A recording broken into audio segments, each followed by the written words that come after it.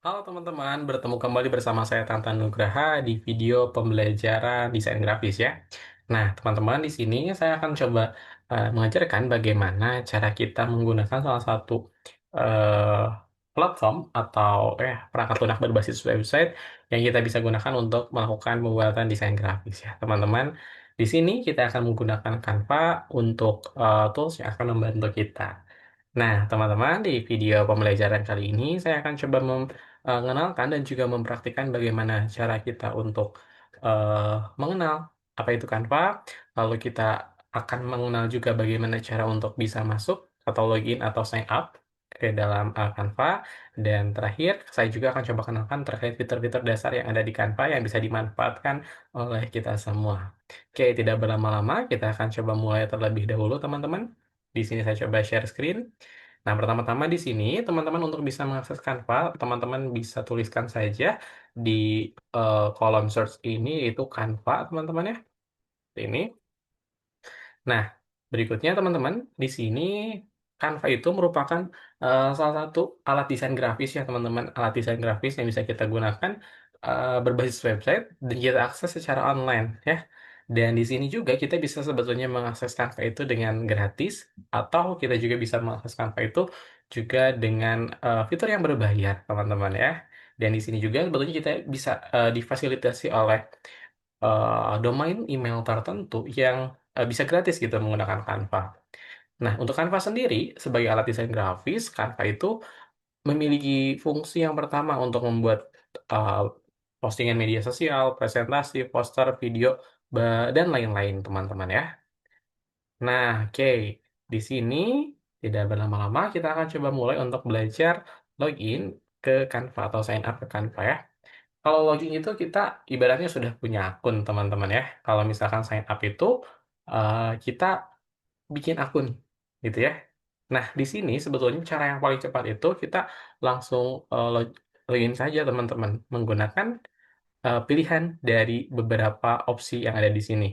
Yang pertama bisa menggunakan akun belajar ID. Nah, untuk akun belajar ID nanti otomatis kita menggunakan Canva Pro. Lalu kita bisa menggunakan akun Google pribadi, lalu kita juga bisa melanjutkan dengan Facebook, bahkan dengan email pribadi ya, teman-teman. Nah, di sini saya akan melanjutkan dengan menggunakan akun belajar ID. Berarti saya coba klik yang paling atas. Oke, oke. Di sini, oke. Kita coba klik ke atas. Nah, masih. Oke.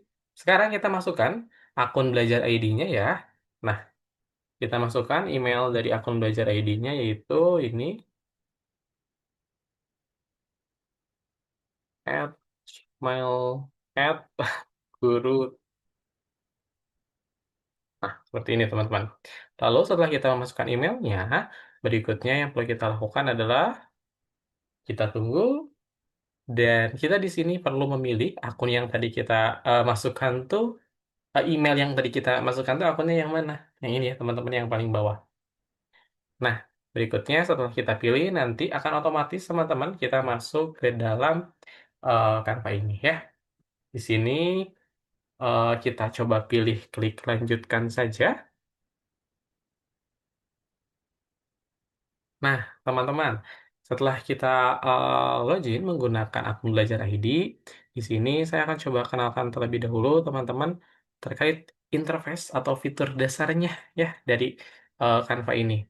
Yang pertama yaitu teman-teman, di sini kita bisa lihat ada fitur beranda ya. Di beranda ini, teman-teman, ibaratkan home-nya, kita bisa menentukan apa nih desain yang akan kita buat di hari ini.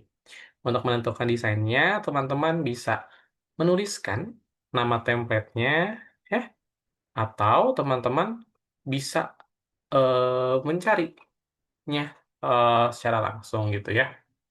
Nah, teman-teman, di sini di bagian kanan atas ya, nah di bagian mohon maaf, di bagian kiri atas ini ada tombol untuk beranda, lalu di bagian atasnya ada tombol untuk buat.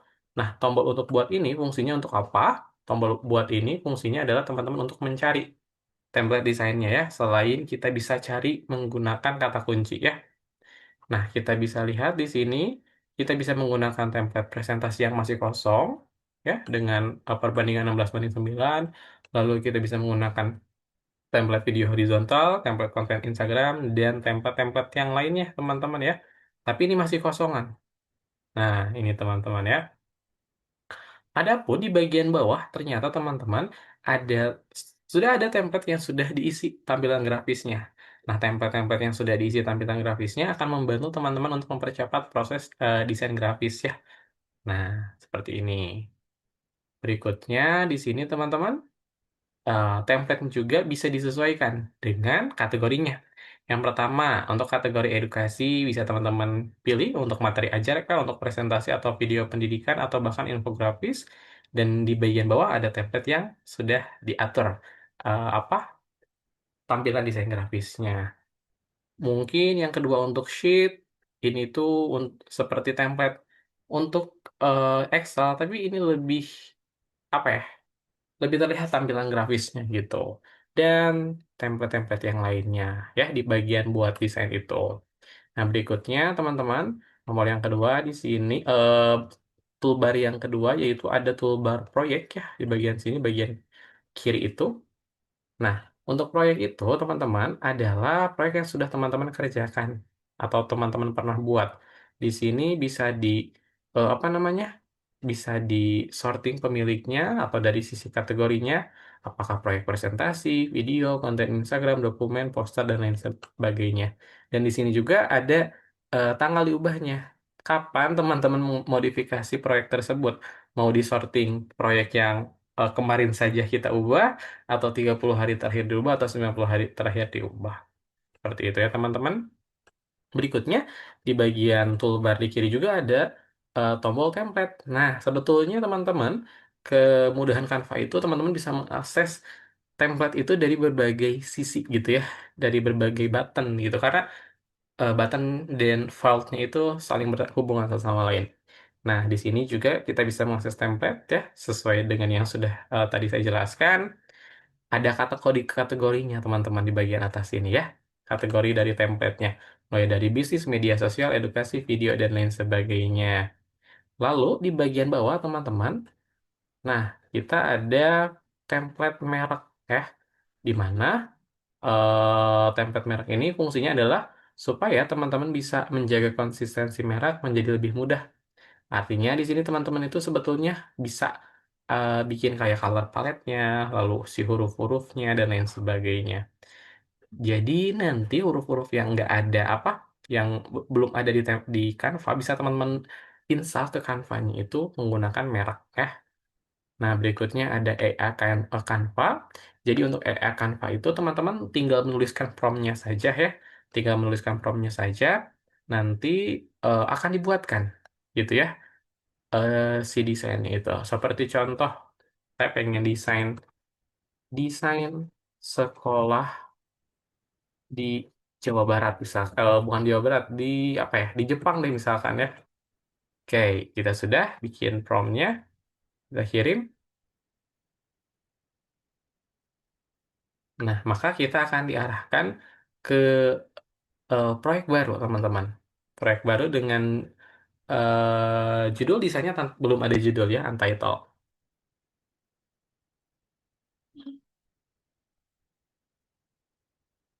Oke, kita tunggu sampai template-nya ini selesai.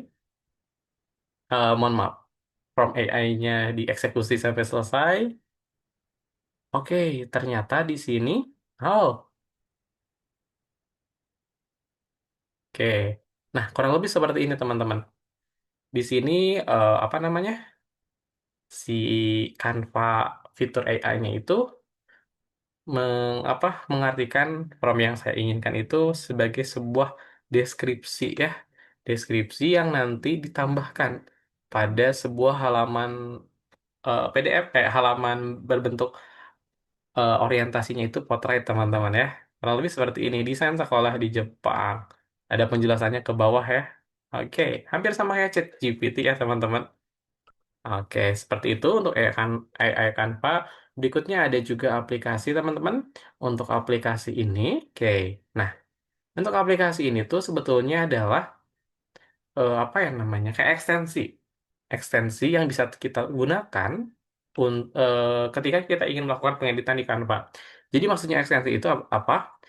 Ada beberapa fitur di Canva yang nggak ada tuh. Kita bisa dapatkan fitur yang nggak ada itu dari ekstensi yang ada di sini. Kayak yang pertama adalah ini teman-teman, di tag kedalaman tag ya.